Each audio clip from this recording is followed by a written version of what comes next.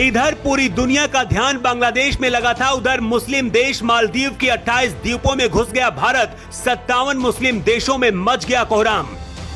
एक साथ दो दुश्मन देशों से पीएम मोदी ने लिया बदला। इधर बांग्लादेश में उतरी हिंदू फौज, उधर मालदीव के 28 द्वीपों के अंदर घुस गया हिंदुस्तान।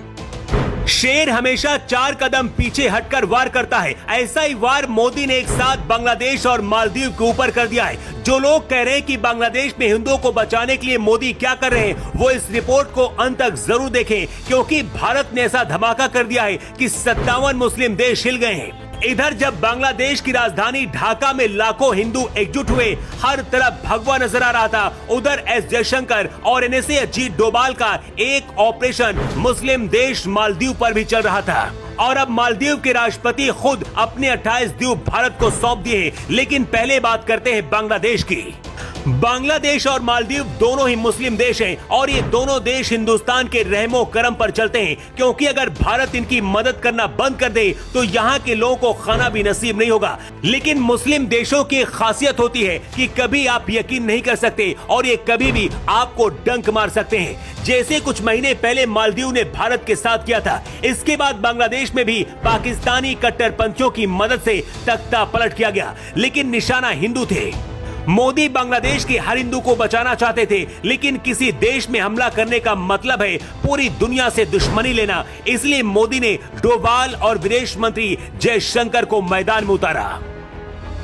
सबसे पहले जयशंकर ने कूटनीतिक तरीका अपनाया और डोभाल ने खुफिया तरीका। बांग्लादेश के हिंदुओं तक संदेश पहुंचाया गया और इसके बाद बांग्लादेशी हिंदू एकजुट होकर बांग्लादेश की राजधानी ढाका में पहुंच गए, जहां इस वक्त जय श्री राम के नारे लग रहे हैं। बांग्लादेश में इस वक्त भारत की खुफिया एजेंसी रॉ के एजेंट फैल चुके हैं और हिंदुओं की मदद कर रहे हैं। इसका नतीजा है कि ढाका में हिंदुओं ने भगवा लहरा दिया है। बांग्लादेश में अब शेख हसीना के समर्थक सड़कों पर उतर आए हैं।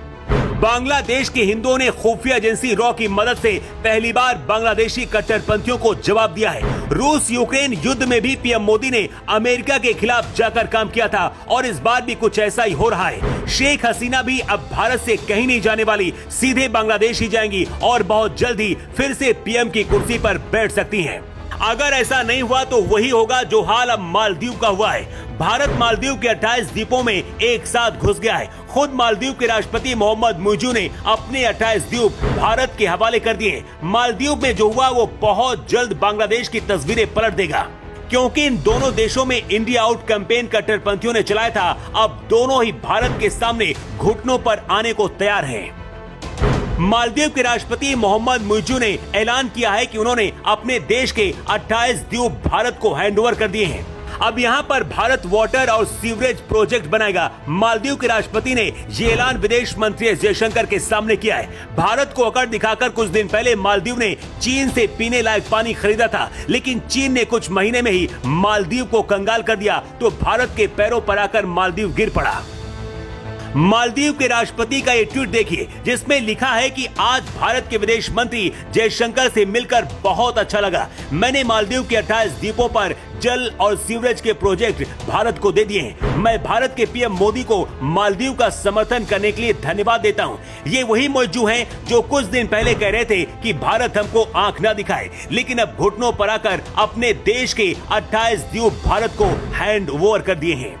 अब बहुत जल्द यही हाल बांग्लादेश का भी होने वाला है। अभी हिंदुओं पर हमला किया जा रहा है, लेकिन कट्टरपंथियों के सहारे बांग्लादेश के नए पीएम बने यही मोहम्मद यूनुस बहुत जल्द अपने देश के हिंदुओं से माफी मांगेंगे और भारत के सामने गिड़गिड़ाएंगे, क्योंकि भारत ने अपनी कूटनीतिक रणनीति से बांग्लादेश में दखल दे दिया है। बांग्लादेशी हिंदुओं ने ढाका में कब्जा जमा लिया है और बहुत जल्द फिर से शेख हसीना पीएम बन सकती है।